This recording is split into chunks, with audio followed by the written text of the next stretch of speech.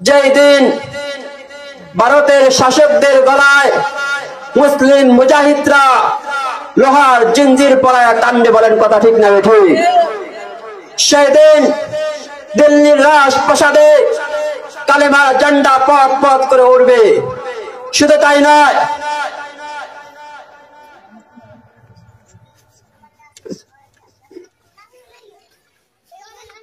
উপস্থিতি সেদিনে রাসূলুল্লাহ সাল্লাল্লাহু আলাইহি ওয়াসাল্লামের ভবিষ্যৎবাণী বাস্তবায়ন হবে। তাই আমি একটা কথাই বলতে চাই, হে মুহাম্মদ বিন কাসিমের উত্তরসূরিরা, হে তারিক বিন জিয়াদের উত্তরসূরিরা, তোমরা সেই রাসূলের ভবিষ্যৎবাণী বাস্তবায়নের জন্য তোমরা এখন থেকে প্রস্তুত গ্রহণ করো। কেননা হিন্দুস্তানের মুসলমানদেরকে গাজওয়াতুল হিন্দ হাসানি দিচ্ছে যে তোমরা প্রস্তুত হও, তোমরা প্রস্তুত হও। আল্লাহ সুবহানাহু ওয়া তাআলা আমাদের প্রত্যেককে যেন এই গাজওয়াতুল হিন্দের মুবারক জিহাদের অংশগ্রহণ করার তৌফিক দান করে, সকলে বলেন আমিন। প্যারা হাজিরিন, আমি আপনাদের সম্মুখে কালামুল্লাহ শরীফ থেকে একটি আয়াত তেলাওয়াত করেছি এবং রাসূলুল্লাহ সাল্লাল্লাহু আলাইহি ওয়াসাল্লামের অসংখ্য হাদিস থেকে একটি হাদিস পাঠ করেছি। উক্ত আয়াত এবং হাদিসে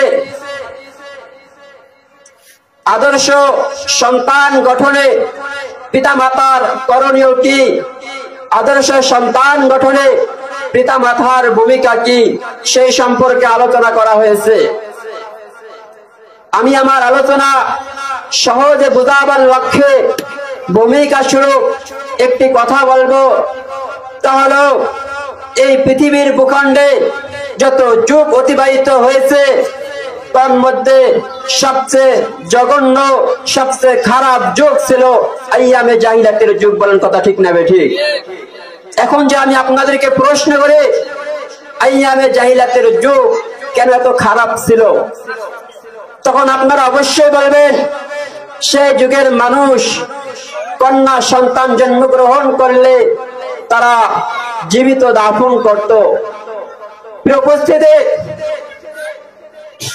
আইয়ামে জাহিলিয়াতের যুগে এমন কোন ঘটনা আমি পাই নাই যা ইতিহাস লেখছে যে একজন বাবা তার মেয়েকে ধর্ষণ করেছে। এমন কোন ঘটনা আইয়ামে জাহিলিয়াতের যুগে ঘটেনি। কিন্তু আজকে আমরা এমন একটি জামানায় বসবাস করতেছি যেই জামানায় পেপার পত্রিকার মাধ্যমে আমাদের কাছে অনেক নিউজ চলে আসে যে মুসলিম পরিবার একজন বাবার হাতে তার মেয়ে ধর্ষিত হচ্ছে, বলেন কথা ঠিক না ঠিক? বা সমাজের দিকে তাকাইলে দেখা যায় সমাজের যে অপকর্মগুলা হচ্ছে বেশিরভাগ অপকর্মে গুলা হইতেছে যুবকদের মাধ্যমে। গান বাজনা থেকে শুরু করে নিম্ন অপকর্ম থেকে শুরু করে উপরের পদস্থ যত অপকর্মগুলো আছে সমস্ত অপকর্মের পিছনে বেশিরভাগ যুবকরাই জড়িত। কিন্তু গভীরভাবে লক্ষ্য করলে দেখা যায় এই যুবকদের শরিয়ত যেই দায়িত্বগুলা, যে হকগুলা তার পিতা মাতার উপরে ছিল, তার পিতা মাতারা সঠিকভাবে যথাযথভাবে সেই যুবকদের হকগুলা আদায় করে নাই বিদায় আজকে সমাজে এই যুবকরা অপকর্ম করে বেড়াচ্ছে। যদি আমরা চাই আমাদের আগামী প্রজন্ম এইসব অপকর্ম না করো, যুবকরা এই সমস্ত খারাপ কাজ না করো, তাহলে আমাদেরকে আজকে এই মাহফিলের মঞ্চ থেকে, আজকে এই মজলিস থেকে অঙ্গীকার করতে হবে যে আমার উপর আমার সন্তানের যে হকগুলো আছে আমি যথাযথভাবে আদায় করব। যদি আপনি সন্তানের হকগুলা যথাযথভাবে আদায় না করেন তাহলে এই সন্তান যে অপকর্মগুলা করবে এর পরিণতি আপনাকেও কোন এক সময় ভোগ করতে হবে। বলেন কথা ঠিক না ঠিক? তাই সন্তানের হক কি? একদিন হযরত ফারুক আজম রাদিয়াল্লাহু তাআলা আনহুর কাছে এক বাবা গিয়ে বললেন, হে আমিরুল মুমিনিন, আমার ছেলে আমার হকগুলো আদায় করে না, আমাকে খাওয়ান দেয় না, আমাকে বস্ত্র দেয় না, আমাকে থাকার স্থান দেয় না। তখন খলিফাতুল মুসলিমিন হযরত ওমর রাদিয়াল্লাহু তাআলা আনহু বললেন, আচ্ছা ঠিক আছে, আগামীকাল তোমার ছেলেকে নিয়ে আমার রাজ দরবারে আইসো। পরের দিন বাবা ওই ছেলেকে নিয়ে রাজ দরবারে গেলেন। যাওয়ার পরে খলিফাতুল মুসলিমিন জিজ্ঞাসা করলেন, কি বেটা, তুমি কেন তোমার বাবার হকগুলো আদায় করো না? তোমার বাবাকে কেন খাবার দাও না? তোমার বাবাকে কেন বস্ত্র দাও না? থাকার স্থান কেন দাও না? সেই মুহূর্তে ওই ছেলে বলছিল যে আমিরুল মুমিনিন, আমার বাবা মা শুধু কি আমার কাছে হক পাইবে? আমি কি আমার বাবা মার কাছে কোন হক প্রাপ্য নই? সেই মুহূর্তে হযরত খলিফাতুল মুসলিমিন হযরত ওমর রাদিয়াল্লাহু তাআলা আনহু তিনটি হকের কথা বলেছিলেন। যদিও বা কোরআন হাদিসে বিভিন্ন হকের কথা বর্ণিত হয়েছে, আমি ধারাবাহিকতা বলবো না, সময় সংক্ষিপ্ততার কারণে আপনাদের খেদমতে যে কয়েকটি হকের কথা বলার সুযোগ হয় তা বলার চেষ্টা করব। আমা তৌফিক ইল্লা বিল্লাহ। সন্তান এক নাম্বার হক হচ্ছে সন্তান একটা আদর্শ মা পায়। এখন বলুন, সন্তান একটা আদর্শ মা পায়, দিনদার মা পায়, এটা কি সন্তানের জন্মের আগে না পরে? অবশ্যই জন্মের আগে। তাহলে যারা বিবাহ করেছেন তাদের কথা তো গেলই। আমরা যারা বিবাহ করিনি তাদের মাথায়, তাদের ঘাড়ে অবশ্যই একটি হক, একটি দায়িত্ব অটোমেটিক চলে আসছে যে আমি যদি চাই আমার সন্তান একজন দিনদার হোক, আমার সন্তান কোনো গুনাহের কাজে লিপ্ত না হোক, তাহলে আমাকে অবশ্যই একজন দিনদার মেয়েকে বিবাহ করতে হবে। আর বিবাহের ক্ষেত্রে চারটি বিষয় লক্ষ্য করা হয়। একটি বিষয় হলো মেয়ের সৌন্দর্য কিরকম, আরেকটি বিষয় হলো মেয়ের বংশ কিরকম, আরেকটি বিষয় হলো মেয়ের ধন সম্পদ কিরকম, আরেকটি বিষয় হলো মেয়ে দিনদার কিরকম। রাসূলুল্লাহ সাল্লাল্লাহু আলাইহি ওয়াসাল্লাম বলেছেন, তোমরা দিনদারিত্বকে প্রাধান্য দিয়ে দাও। যদি দিনদারিত্বকে প্রাধান্য না দিয়ে উপরোক্ত তিনটিকে প্রাধান্য দিয়ে হয়, তাহলে এমন হতে পারে যদি এই মেয়েকে বিবাহ করা হয় তাহলে একটা শান্ত, একটা সুষ্ঠ পরিবার অশান্তিতে পরিণত হতে পারে। কথা ঠিক না ঠিক? আর যদি উপরোক্ত তিনটি নাই কিন্তু মেয়েটি বড় দিনদার, যদি এরকম একটি মেয়েকে বিবাহ করা হয়, আল্লাহ চাইলে এই দিনদার মেয়ের মাধ্যমে এমন একজন সন্তান আল্লাহ তাআলা এই পৃথিবীর ভূখণ্ড দিবে, যে সন্তান পিতা মাতার অনুপস্থিতিতে তাদের জন্য আর্তনাদ করবে, তাদের জন্য দোয়া করবে। দেখেন, চার মাযহাবের এক মাযহাবের ইমাম ছিলেন ইমাম মালিক রাহমাতুল্লাহি আলাইহি। তিনি যে বড় একজন আলেম ছিলেন বিষয়টা এরকম নয়, বরং ওনার জামানার সবচেয়ে বড় মুহাদ্দিস, সবচেয়ে বড় ফকিহ, সবচেয়ে বড় মুফাসসির ছিলেন। কিন্তু তার মা কোনো সুন্দরী একজন মেয়ে ছিল না, তার মা ছিল একজন কালো মেয়ে। যখন ইমাম মালিক রাহমাতুল্লাহি আলাইহি এর বাবার বিবাহের বয়স হলো, তখন তার দাদা দাদু তার জন্য একটি মেয়ে দেখলেন। মেয়েটি অনেক দিনদার ছিল। মেয়েটিকে পছন্দ হওয়ার পরে ইমাম মালিক রাহমাতুল্লাহি আলাইহি এর বাবার কাছে এসে বলল যে, বাবা, তোমার জন্য একটি মেয়ে দেখেছি, মেয়েটি খুব দিনদার, মেয়েটি খুব চরিত্রওয়ালা। ইমাম মালিক রাহমাতুল্লাহি আলাইহি দাদা দাদু তার বাবার কাছে মেয়েটি এত গুণ বর্ণনা করেছেন। তখন ইমাম মালিক রাহমাতুল্লাহি আলাইহি বাবা ভাবলেন, যেই মেয়েটির এত গুণ, সেই মেয়েটির চেহারা অবশ্যই সুন্দর হবে। তাই তিনি বলে দিলেন যে, তোমরা দেখছো এটাই যথেষ্ট, আমার আর দেখার প্রয়োজন নাই, বিবাহের ব্যবস্থা করো। বিবাহ হয়ে গেল। দুইজনের দেখা প্রথম রাতে।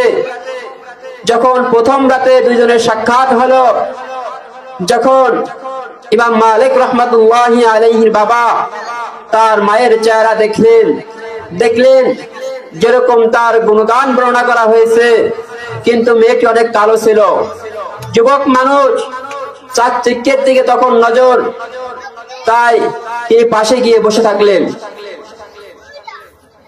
তখন ইমাম মালিক রাহমাতুল্লাহি আলাইহির মা, নববিবাহিতা স্ত্রী, শরম লজ্জা ত্যাগ করে বললেন যে, আমার কি আপনাকে পছন্দ হয় না? যদি পছন্দ না হয়ে থাকে তাহলে মনে রাখুন, আল্লাহ তাআলা কোরআনে বলেছেন, আসা আন তাকরাউ শাইআন ওয়া হুয়া খায়রুল লাকুম ওয়া আসা আন তুহিব্বু শাইআন ওয়া হুয়া শাররুল লাকুম। অর্থাৎ তোমরা এমন কিছু জিনিস পছন্দ করো যার ভিতরে আল্লাহ তাআলা কোনো কল্যাণ রাখেননি, আবার এমন কিছু জিনিস আছে যা তোমরা পছন্দ করো না, আল্লাহ তাআলা তোমাদের জন্য ওর ভিতরে কল্যাণ রাখছেন। কোরআনের রেফারেন্স গুলো এমন রেফারেন্স, যদি আপনি কোনো মানুষকে কোরআন দ্বারা বুঝাতে চান, যদি ওই মানুষটার ভিতরে ন্যূনতম ঈমান থাকে, তাহলে ওই মানুষটার গতিপথ পাল্টে যাবে। যখন ইমাম মালিক রাহমাতুল্লাহি আলাইহির মা ইমাম মালিক রাহমাতুল্লাহি আলাইহির বাবাকে কোরআন দ্বারা রেফারেন্স দিলেন, তখন ইমাম মালিক রাহমাতুল্লাহি আলাইহির বাবার দিল গলে গেল। তখন তিনি তার স্ত্রীর সাথে গেলেন। ওই রাতে তার সাথে জমা হলো। পরের দিন যখন ইমাম মালিক রাহমাতুল্লাহি আলাইহির বাবা দিনের বেলা তার মায়ের চেহারা দেখলেন, তখন দেখেন কালো একটি মেয়ে। তখন আর মনকে মানাইতে পারলেন না, তিনি তার এলাকা ছেড়ে অনেক দূরে চলে গেলেন। একদিন নয়, 2 দিন নয়, 1 বছর নয়, 2 বছর নয়, বরং 18-19 বছর পরে আবার তার এলাকায় ফিরে আসলেন। এলাকায় ফিরে এসে দেখেন তার এলাকার রূপ পরিবর্তন হয়ে গিয়েছে, জোহরের নামাজে রক্ত হয়ে গিয়েছে। তিনি একটা মসজিদে ঢুকে জোহরের নামাজ আদায় করলেন। জোহরের নামাজ পড়াইতেছিলেন একটি সুদর্শন যুবক। যখন সকলের নামাজ পড়া শেষ হয়ে গেল, তখন দেখতেছেন ওই সুদর্শন যুবক ইমাম সাহেব সকল মানুষকে হাদিসের দর্শ দিতেছিল। একটা সময় হাদিসের দর্শ শেষ হয়ে যায়। যখন সমস্ত মানুষগুলা চলে যায়, তখন ইমাম মালিক রাহমাতুল্লাহি আলাইহির বাবা একজন ব্যক্তিকে ডাক দিয়ে জিজ্ঞাসা করলেন, ওহে ভাই, এই যে ইমাম সাহেব এত সুন্দর নামাজ পড়াইলেন, এত সুন্দর হাদিসের দর্শ দিলেন, এই সন্তানটা কার? কিন্তু ওই ব্যক্তি ইমাম মালিক রাহমাতুল্লাহি আলাইহির বাবাকে চিনতেন না। তাই তিনি বললেন, সন্তানটা তো অনেক ভদ্র, সন্তানটা তো অনেক চরিত্রবান, বড় একজন আলেম, কিন্তু তার বাবা প্রায় 18-19 বছর আগে চলে গিয়েছিলেন। তার মায়ের চেহারা কালো দেখে তখন ওই ইমাম মালিক রাহমাতুল্লাহি আলাইহি বাবা বুঝতে পারলেন এটা আর অন্য কেউ নয়, এটা আমার সেই সন্তান। তখন তিনি খোঁজ নিয়ে তার বাড়িতে গিয়ে দরজায় করাঘাত করলেন। তখন ইমাম সাহেব দরজা খুলে দিলেন, জিজ্ঞাসা করলেন আপনি কে? তখন ইমাম মালিক রাহমাতুল্লাহি আলাইহির বাবা বললেন, তুমি আমাকে চিনবে না, তুমি আমাকে চিনবে না, চিনবে তোমার মা, যিনি বলেছিল আসা আন তাকরাউ শাইআ ওয়া হুয়া খায়রুল লাকুম ওয়া আসা আন তুহিব্বু শাইআ ওয়া হুয়া শাররুল লাকুম। তোমার মাকে কে বলো? মা ওই ব্যক্তি ফিরে এসেছে। তখন ইমাম মালিক রাহমাতুল্লাহি আলাইহি তার মায়ের কাছে গিয়ে বলল, মা ওই ব্যক্তি ফিরে এসেছে। তখন ইমাম মালিক রাহমাতুল্লাহি আলাইহি মা চিনতে পারলো যে এটা আর কেউ নয়, এটা তোমার বাবা। প্যারা হাজিরিন, ঘটনার দিকে লক্ষ্য করলেই দেখা যায় যে ইমাম মালিক রাহমাতুল্লাহি আলাইহির মতো বিখ্যাত একজন আলেম, চার মাযহাবের এক মাযহাবের ইমাম, কোন সুন্দরী, কোন বংশীয়, কোন ধন সম্পদ ওয়ালা মেয়ের ঘরে জন্মগ্রহণ করেননি। একজন দিনদার, একজন দিনদার চরিত্রবান মেয়ের ঘরে জন্মগ্রহণ করেছে। বলেন কথা ঠিক না বেঠিক? প্যারা হাজিরিন, যদি আমরা দিনদারিত্বকে ছেড়ে দেই আর আমাদের সন্তান খারাপ হয়ে যায়, তাহলে কাল হাসরের ময়দানে এই সন্তান খারাপ হওয়ার জন্য আমাদের দায়ী হয়ে দাঁড়াতে হবে। তাই আর দেরি নয়, আর দেরি নয়, বিবাহের ক্ষেত্রে আমরা দিনদারিত্বকে প্রাধান্য দিব। বলেন ঠিক না বেঠিক? যখন বিবাহ হয়ে যাবে, যখন সন্তান গর্ভে আসবে, তখন মায়ের কিছু করণীয় আছে।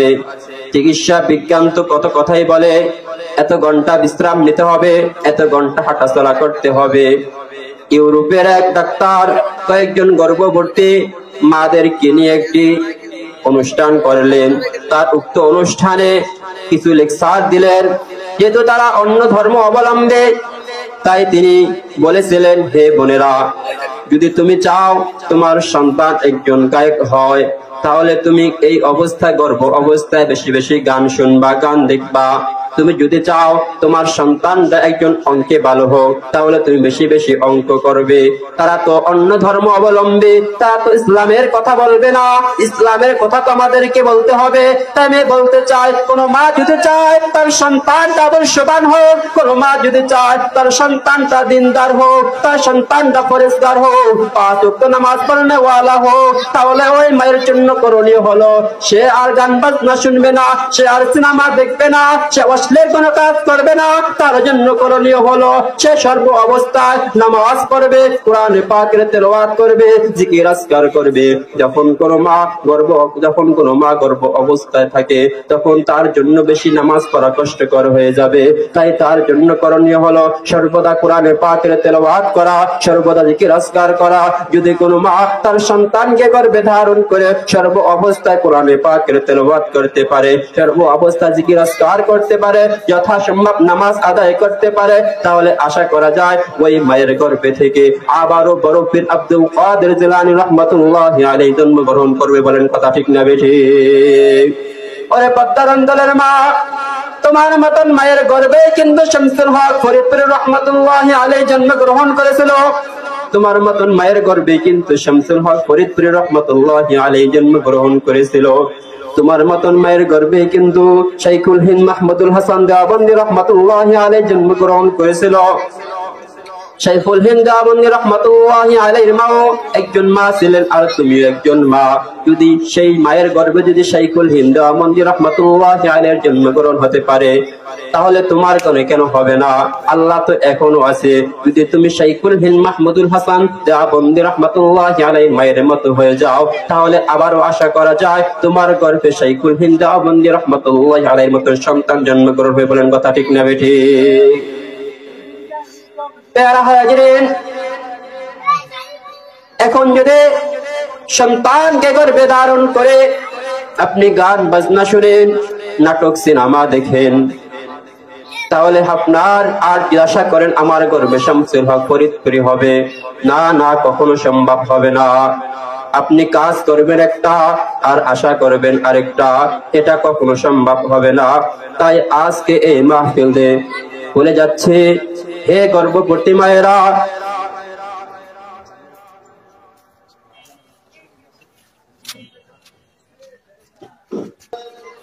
যেই কথা বলতেছিলাম, যে সন্তানের হকের কথা বলতেছিলাম, 1 নম্বর হক হলো একজন আদর্শ মা ঘরে আনা। 2 নম্বর হক হলো যখন সন্তান গর্ভে আসবে মায়ের জন্য নেক আমল করা। 3 নম্বর হক হচ্ছে যখন সন্তান জন্মগ্রহণ করবে তার ডান কানে আজান দেওয়া আর বাম কানে ইকামত দেওয়া।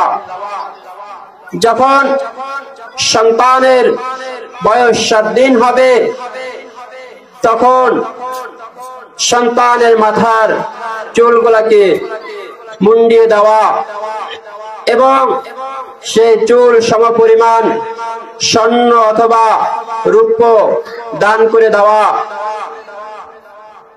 7ম দিনে সন্তানের আকিকা করা এবং সন্তানের এমন একটি নাম রাখা যা সন্তানের ধর্মীয় পরিচয় বহন করে। বলেন কথা ঠিক না বেঠিক? অথচ আজকে মুসলমানের সন্তান এমন নাম রাখে যে সে মুসলমান না হিন্দু তা বোঝাই যায় না। তা নাম রাখার ক্ষেত্রে আমরা লক্ষ্য রাখবো যে নামটা রাখতেছে, সে নামটা বলার পরে কে আমার সন্তানের ধর্মীয় পরিচয় বহন করবে কি করবে না। যখন সন্তান কথা বলতে শিখবে তখন সন্তানকে সর্বপ্রথম আল্লাহ শব্দ শিক্ষা দেবেন। কেননা যদি সন্তানকে আল্লাহ শব্দ শিক্ষা দেন, যেহেতু আপনি আপনাকে একবার বাবা বললে খুশি হয়ে যান, মাকে মা বললে খুশি হয়ে যায়, ঠিক তেমনি যখন একটা বান্দা, যখন কোন শিশু আল্লাহকে আল্লাহ বলে ডাক দিবে তখন আল্লাহ তাআলা খুশি হয়ে যাবে। সন্তানকে প্রথম বাক্য শিক্ষা দিবেন লা ইলাহা ইল্লাল্লাহ মুহাম্মাদুর রাসূলুল্লাহ, অর্থাৎ আল্লাহ ছাড়া আর কোন মাবুদ নাই। এটা এমন এক বাক্য, এই বাক্যের বিশ্বাস সন্তানকে জান্নাত পর্যন্ত পৌঁছে দেবে। বলেন সুবহানাল্লাহ। তাই সন্তানকে আমরা প্রথম যে বাক্য শিক্ষা দিব তা হলো লা ইলাহা ইল্লাল্লাহ মুহাম্মাদুর রাসূলুল্লাহ। প্রিয় উপস্থিতি, সময় সংক্ষিপ্ততার কারণে যতটুকু আলোচনা